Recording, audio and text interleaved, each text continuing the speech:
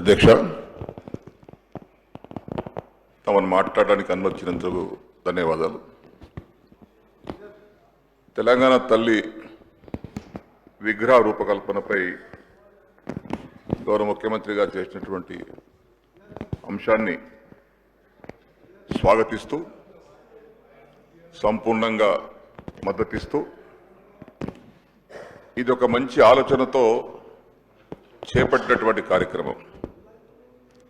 ప్రభుత్వాలు మారుతుంటాయి, నాయకులు మారుతుంటారు, కానీ ఒక విగ్రహం పైన, విగ్రహ రూపకల్పన పైన అనేక అంశాలలో ఇమిడి ఉన్నాయి. నీలి రంగుతున్నటువంటి నదులకు, ఈ విధంగా పచ్చతో పంటలకు, అంటే మంచి ఉద్దేశంతో గౌరవ ముఖ్యమంత్రి గారి యొక్క నాయకత్వంలో ఈ తెలంగాణ తల్లి విగ్రహాన్ని రూపకల్పన చేశారు. మేమందరం కూడా తెలంగాణ 4 కోట్ల ప్రజలు మేము కులం, మేము అతిథులం కాదు. మేము కూడా ఆనాడు తెలంగాణ మొదటి దశ పోరాటంలో ఉన్నాం, మలి దశ పోరాటంలో ఉన్నాం. ఇప్పుడు కూడా మీ నాయకత్వంలో ఇక్కడ శాసనసభ్యుడిగా ఉన్నాం. ఈ శాసనసభ ముఖ్యమంత్రి గారి నాయకత్వంలో మనమందరం హుందాతనంతో, అన్నిటికంటే ముఖ్యం నేను కూడా స్థానంలో ఉన్నప్పుడు కూడా చాలాసార్లు రిక్వెస్ట్ చేసేవాడిని, శాసనసభ మర్యాదలు, శాసనసభ హుందాతనాన్ని కాపాడుకోవాలి.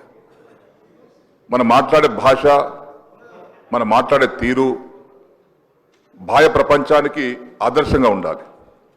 అంతేగాని చిల్లర మల్లర మాటలు మాట్లాడుకొని ఒకరొకరు నిందించుకొని, తెలంగాణ రాష్ట్రం అంటే ఒక అత్యున్నతమైనటువంటి ఆదర్శమైన రాష్ట్రంగా మనం పేరు తెచ్చుకోవాలి.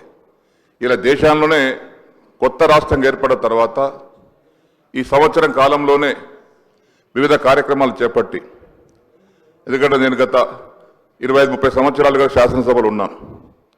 ఒక యువకుడు ముఖ్యమంత్రిగా అయిన తర్వాత వారి నాయకత్వంలో పనులు బాగా జరుగుతూ ఉన్నాయి. అందరూ ఆమోదించాల్సిందే.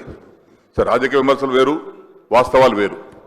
కాబట్టి ఈనాడు వారి నాయకత్వం జరిగేటువంటి కార్యక్రమాలు కానీ, తెలంగాణ తల్లి రూపకల్పనలో వారు చేసేటటువంటి కృషి కానీ అభినందనీయమని చెప్పేసి కూడా ఈ సందర్భంలో తెలియపరుస్తూ ఉన్నాను. అందుకే రాజకీయాలకు తావివ్వకుండా తెలంగాణ తల్లి రూపకల్పనలో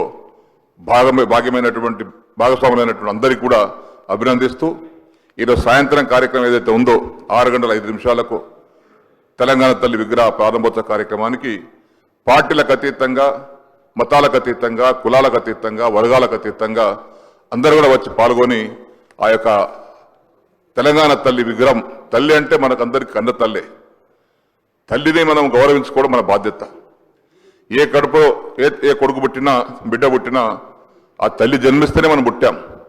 ఈరోజు తెలంగాణ తల్లి మనకు అంత జన్మించింది కాబట్టి మనం ఇక్కడ ఉన్నాం, ఈ శాసనసభ నిలబడ్డాం. మన 4 కోట్ల మందికి తెలంగాణ తల్లి నిజమైన తల్లి మనకు తెలంగాణ తల్లి.